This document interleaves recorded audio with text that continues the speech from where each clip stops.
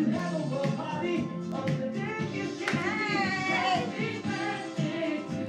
an appropriate song!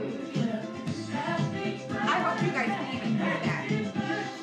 We are singing the happy birthday song to me, and I am to say, well, hello, Michelle.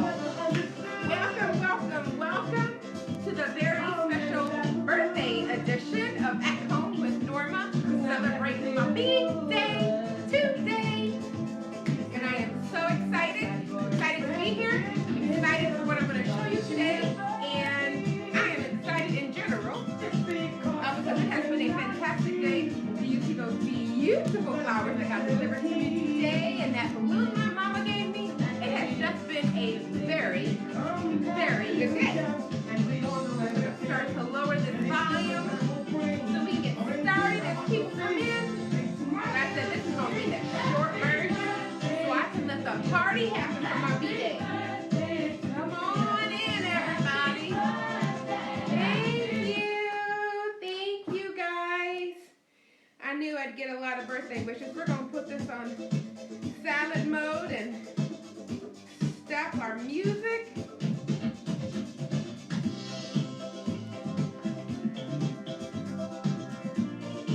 Come on in, guys. It's the birthday day. I love all the hearts. Hi, you want to go hit that car button? Come on in. Okay, let's get started. All right, so originally I was going to make the cake on the show and the ganache on the show, but it's just absolutely too hard. And I didn't want to spend all day in the kitchen on my birthday. So I decided that I would just go ahead and post the recipe for the chocolate cake. I'll give you some hints about the chocolate cake, but today is really about ganache. Now, I would like to know if any of you are familiar. Hi, Kevin. Hey, Michelle. Martin said hello. I want to kind of give you guys a heads up. I don't know how many of you are familiar with ganache. Ganache is actually a French, it's a French chocolate frosting. And actually the word doesn't really translate in English well, but essentially it's a rich, velvety, chocolatey, fudgy frosting that you can either use as a coating, or you can, in other words, a glazed top, which we're going to show today, or you can refrigerate it and let it get a little hard, whip it up, and then put it in the middle of the cake. So we're going to do that. And I just want, you guys are going to be surprised at the ingredient list for this, okay? Again, I will post the recipe for the chocolate, my favorite chocolate cake. It's a huge recipe, so generally it does take 3 9-inches, which is a pretty big size. I actually just made 2, and then I made some cupcakes. So 2 ingredients for ganache. Ready? Bittersweet chocolate. You want to try to find the best brand of bittersweet chocolate you can find. Because we have a little bit of a shortage, I felt like some of the better brands that I particularly care for, I wasn't able to find. I'm happy to have this Ghirardelli's, and I want to point out that this is a 60% cocoa. If you can find it 61%, even up to 70%, that's actually better, but it's fine for what we're dealing with today. So, bittersweet chocolate, heavy cream. That's it, guys. We're going to be in and out of here record timing, and we're going to let the party begin. Okay, so let me just give you some ingredients. Some ingredient measurements. For a cake size this big, we would typically make a pretty large batch. It would be the equivalent of 4 cups of heavy cream to you do this in ounces, to 16 ounces. Actually, that's not true. It's 32 ounces. Okay, so for 4 cups of this, it's 32 ounces. Now, I don't know how many of you have a food scale. I'm going to tell you, I rely on my food scale tremendously. I made a little batch earlier. It was 1 cup of heavy whipping cream to 8 ounces of bittersweet chocolate. And then I'm going to even show you how we prepare that, but I want to show you tell you a couple things first. I've got my notes here, okay? when I was making the chocolate cake recipe, and just in general, when you're making your chocolate cake recipe, you know how sometimes it tells you to butter and then flour your pan? Make sure when you're making a chocolate cake recipe that you're not actually buttering and flouring your pan. You want to butter your pan, and then you want to add cocoa powder instead of flour. A couple of reasons. You have to be careful with how much flour you have at the bottom of your cake. One, because it can leave a bitter taste, and you don't want that. And then two, it makes your cake unattractive. Typically, when you're trying to put a beautiful polished finish on your cake, you're going to turn it upside down. In other words, the mound, and I'm giving you, see, I didn't assemble this one yet because I wanted you to see. This is what it looks like when you have it upside down, and so you have that perfect flat. And then typically the top, and only the top layer, do you keep the dome. Personally, I like to knock the dome off of both of my layers, or 3 of my layers, depending on how big I'm making this. I prefer to slice that off. And now I have these smooth surfaces to work with, and it just makes the appearance a lot neater. So that's just kind of something, you know, so that's why you don't see any unsightly white flour here. I made sure that I used cocoa powder. So that's kind of one of the things. So, all right, so we already talked about the scale. I love using the scale because it's very important to me that my measurements are accurate. A couple weeks ago, we were in the kitchen, and we were talking about the difference between baking and cooking. And food, you have a lot of leeway with food. With baking, it's much more scientific.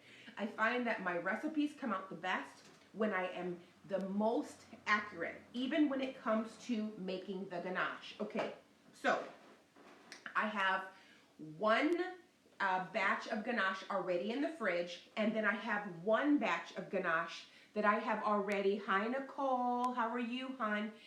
I can't see. Kevin, I can't cook or bake. You know what? That's okay. You just keep tuning in. I know that the lighting is a little bit off. We've been kind of working on our pretend cooking show, so we're kind of working on some things.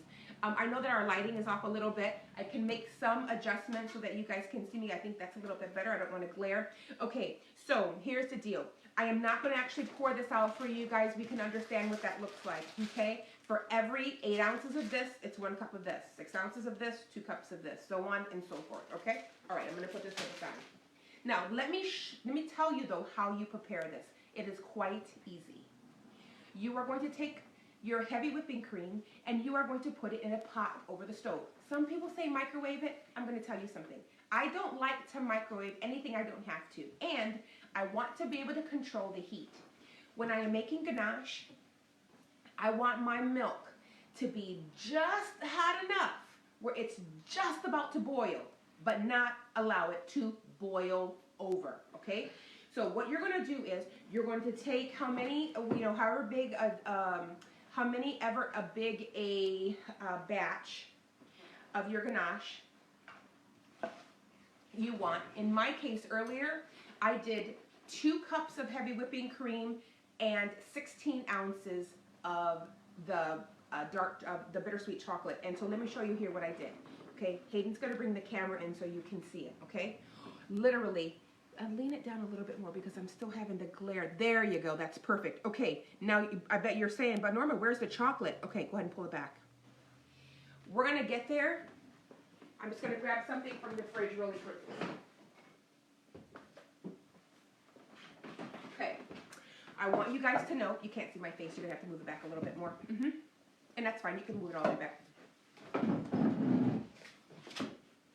Oh, hey, all right, welcome back. Okay, so again, this is 16 ounces of heavy whipping cream and 2 cups and 16 ounces of bittersweet chocolate. This is 8 ounces of heavy whipping cream, and this is 8 ounces of chocolate. But I want to show you what happens. They're created the same way. You start off by heating your milk to just below the boiling point. Then you pour it over your chocolate chips, or you can buy a bark if you want, and then in the better qualities, you're not going to get it in chips. Remember I said I didn't have access to a better quality? So right now I had to do it with chips, which is fine. This is still a pretty decent quality. So what's going to happen is I'm going to pour my hot milk over, and then I'm not going to touch it. I'm going to leave it alone for 10 minutes. In this case, I probably made this about 15 minutes, so it's probably had about 15 minutes to set. Now, The first one, after it's set for 15 minutes, I put it in the fridge. Now I want you to see what happens when you have it in the fridge, okay? I'm gonna come to you, okay? This is the fridge's version. So after I took my milk and I took this, right, I stirred it. I put it in the fridge. And I just want you to see, okay? I want you to see just how thick it is. So you can use the same recipe for 2 different applications. If you want it to be thick like this, you can have frosting that looks like this, or you can have, hey guys, how are you? Or if you want to have your center frosting like this, or if you want to have your top frosting, you can just stick it in the fridge, and once it's thickened, you whip it up really good, and then you frost your cake as normal. Now, for me, because I want to show you both sides, that's not what I'm going to do. Typically, I would take this frosting, once it was nice and cold, I would put it in my pipe bag, and then I would pipe a circle around. Why? Well, because when it's time for me to put this top layer on, anything else in the middle, I don't want to fall off. So let's say I wanted to stuff this with strawberries. I would pipe a circle, and then maybe I would kind of come and make some sort of design. I want to make sure that I have a good amount. And then I can fill it with anything that I want. Or I can just continue to pipe it all the way around so that when you cut it, it has that nice, dense layer of frosting, okay? However, piping on the pretend cooking show is a lot of work. So we're not going to do that. And instead, we're going to pour it on. So I want you just to see it, just like this. Now, I want you to be careful when you're purchasing your chocolate at the store to not get so caught up, okay? Let's see if I have my chocolate. Not to get so caught up with looking at this word and this percentage of the cacao. Don't get so caught up at looking at that percentage that you accidentally get dark chocolate. Now, could you use dark chocolate? You can, but it is going to yield a different flavor. All right, so now I'm just going to take this and I'm going to spread it. Remember what I said? I want this to be thick because when we cut into this cake, I want you to be able to have that nice break, thick break between one layer and the other. I don't like when I bite into cakes and they have been cheap with their frosting. If I had made 3 layers, I would have doubled this recipe, okay? So hopefully that makes sense to you guys, all right? All right, so you can see that. Already, I'm not gonna lie, we could cut this, put candles on it, and call it a day already. However, we have this batch. Okay. I want to show you what it looks like. Because I bet you're thinking, okay, come back. I bet you're thinking, how can there be any chocolate in there? It just looks like it's all heavy whipping cream. Well, why don't we look? Oh, okay, right there. All right, so here we go, okay? Come down just a little. All right, here we go. You guys start to see it? Okay, I'm gonna come, no Hayden, because you're a little bit out of my view. There it is. Now this chocolate, I'm gonna put it on this towel so you can see it a little bit better. Okay, now we're gonna go, we're gonna go, we're gonna go. And believe it or not, you're gonna start to see this darken. Now you can, if you want, you can put it in a food processor if you'd like.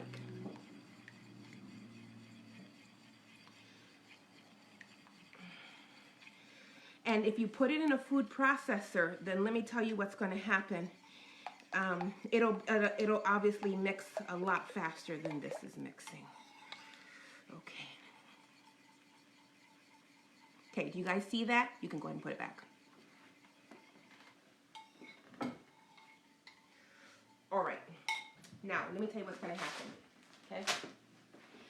What I would do now is I'm going to keep stirring because I want that dark, rich color to come, and it will.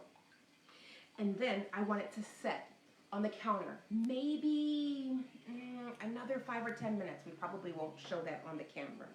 Okay, so oh my goodness, you can start to see this color is really, really darkening. Okay? Once it's set and it thickens just a hair, let me tell you, hey, Cynthia, let me tell you what we're going to do. Hey, I think that says Bob. Okay? Once it thickens, this is what we're going to do. We're going to put this here, and I'm going to show you that, and we're going to give this a chance to thicken, and let's see if it thickens on camera. If it thickens while we're still on camera, you're going to get to see me pour it over the cake. If it does not, I will take a picture and I will post it, okay? All right, now, here's this cake, okay? So you can see in the oven, you see how this side of the oven, even though I have a convection oven, it's just a little bit higher. So again, remember I said I don't particularly care for that. So what I'm going to do is I'm going to take my serrated knife, okay? And I know that this is my high end, okay, and this is my low end. And so I'm actually going to cut it from the low end straight. Actually, I'm going to move this out of the way so you guys can see that. Okay? From the low end straight in. And the kids are more than welcome to eat that layer just like that, okay? And then we'll peel that back, actually. Okay? And I know it's kind of hard to see, so it's just a little bit off. Now, you don't have to do this, by no means, but sometimes when you guys see these cooking shows on TV, and it looks like their cakes came out of the oven 100%, this is called a crumb coat, and it may be that, guess what, you didn't see them cut that top off. So that's why those cakes, and like I said, the kids, you can give that to the kids. The kids are happy they can dip some frosting in that. Okay, that's perfect.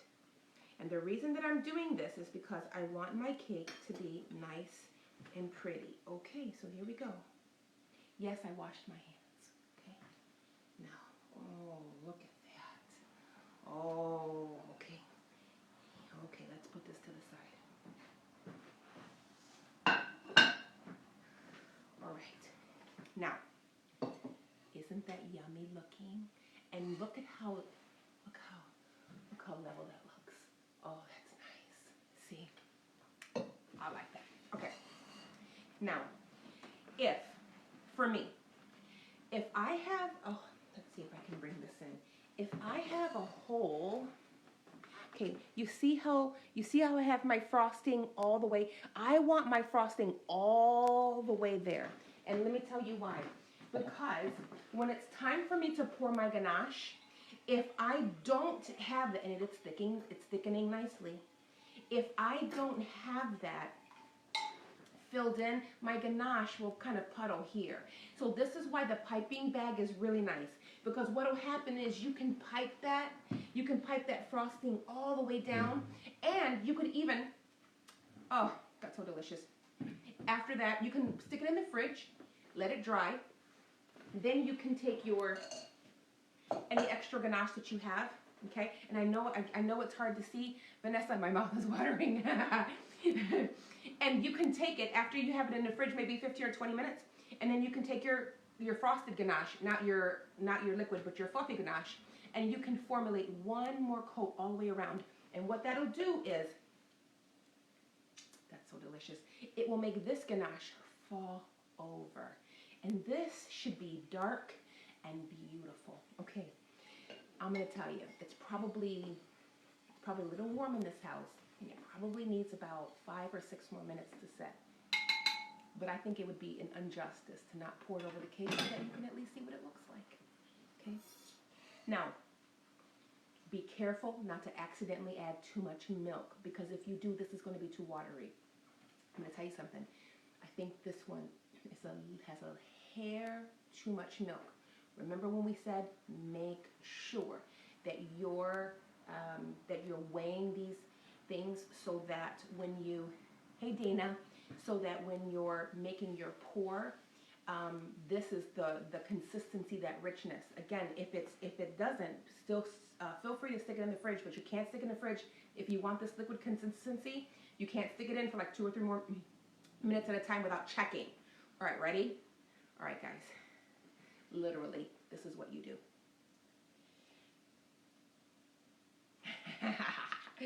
Okay. And this is the other way. Now, if I had a strainer, I would stick this ganache on the cake on a strainer and the excess would strain. But on my pretend cooking show, I didn't know I needed one, so there you go, okay? Now I have a ton more, and probably what I'm going to do with this one is I'm going to actually fridge the rest because I actually do want it to thicken. I've got, remember I said I made some cupcakes or whatever because I had some leftovers, and so I want to be able to do that. Okay. Now, you see what I don't like? This is exactly. Now, I'm a perfectionist, so you just kind of have to excuse me, but you see how there's kind of like a bridge and a gap there? A couple of things. You can make the ganache a little bit thicker so it doesn't do that. And then this wouldn't have happened if we weren't on a pretend cooking show, and if I had made an extra cake, piped that cake, had a chance to put the cake in the fridge, and then came back and did that second layer. But let me tell you why I didn't. I do not need 2 ganache cakes in the house. Do you know what? When we made those apple pies last week, the kids and I ate those apple pies, both of them, in 3 days. So we don't need any chocolate. We don't need any more than 1 chocolate cake in the house. All right, now, what you can do now is you can refrigerate this, and then what's going to happen is this is going to firm up, which is good, and this is going to firm up. And so what you can do is, once you've refrigerated this, you can take your little knife, like a long pastry knife. You want to see what one looks like? Sure. Okay, I'll get one. I've got one right here. I saw it earlier today. Like this. Of course, it's white. Everything I have is white. All right. So you can put this in the fridge. Let it firm up. When it's nice and firm, you'll take this, and this will firm too. You'll kind of score this. You'll lift this up, and now you'll put it on a different cake pan. And all of this extra you won't see. It'll look like you poured it perfectly the first time. Another thing that you can do is, now that you're going to convert this to a different plate, is that you can also plate it with strawberries or raspberries or any fruit that you find that's in season that would kind of decorate that plate. And you could probably even do some shaved chocolate on top. Hey, sister-in-law, you know I love you with all my heart. Okay, and so, because this is our pretend cooking show, would you like to see it cut in the middle? I mean, we don't have time to let it set up, but we may as well cut this bad boy, don't you think? I mean, we could all virtually sing happy birthday, couldn't we? All right, let me say hi to people because I don't even know who's watching. I love you guys with all my heart.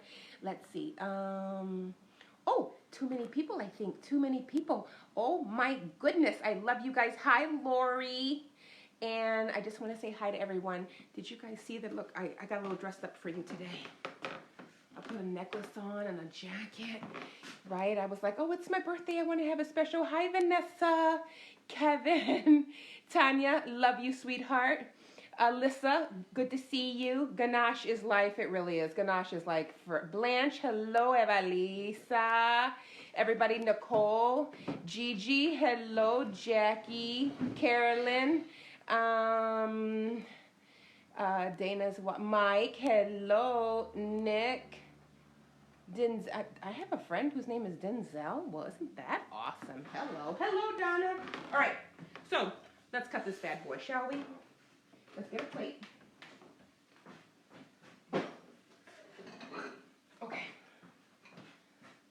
Now, it's starting to separate a little bit more on the side, and I want you guys to see the air here because I want you to see what it is I said I do not like, and I think is a terrible presentation. Again, large fruit is, can you see that? Okay, no, it's kind of hard to see, but you see that separating right there? See? That's separating right there because it doesn't have enough frosting. Okay, I just wanted to show you that. All right, let's dig in. I said 20 minutes. We're a little over. Oh my goodness. Now, this is a pretty rich cake. I would say, it's fair to say, you're going to need something to kind of break up that richness. Holy moly. Okay. Here we go. You want to see? You want to see? You want to see? OMG. I'm going to try not to spill that. Hayden, see if you can adjust that lighting so they can see that ganache in the middle. See if you can just bring that in. And what I can here, I'll tell you what, I'll put it on the plate. Oh my goodness. Come over here. Bring this camera. bring this camera. You guys, look at that. Look at that center fudge. See what I'm talking about? And the ganache frosting and the ganache filling are the same.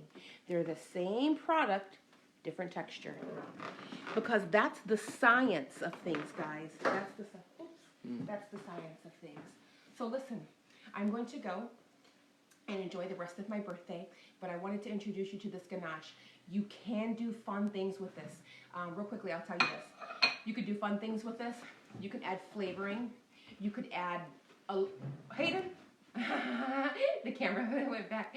Okay. You can add flavoring. You can add flavoring also in your cake. So let's say you wanted to add an almond element. You can add an almond element to this, and you could probably add the almond element to the frosting as well. And so you can play around with it. I will, like I said, I will post this cake recipe. I'm going to tell you something.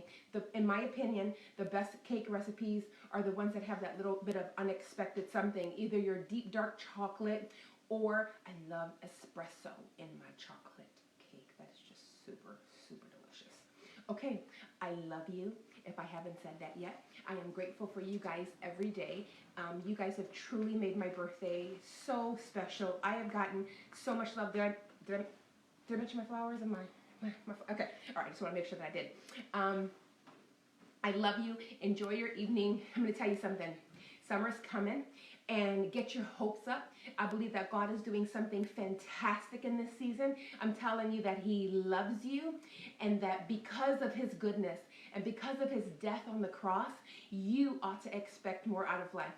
Today is Good Friday. This is Resurrection Weekend. Think about something that is dead in your life that you want resurrected. Put God's word on it. Put His love on it. Be uber encouraged, and remember that Jesus loves you, and guess what? I do too. You guys have a great Friday. I'll talk to you later. Mwah. Bye-bye. As I eat my cake. Goodbye.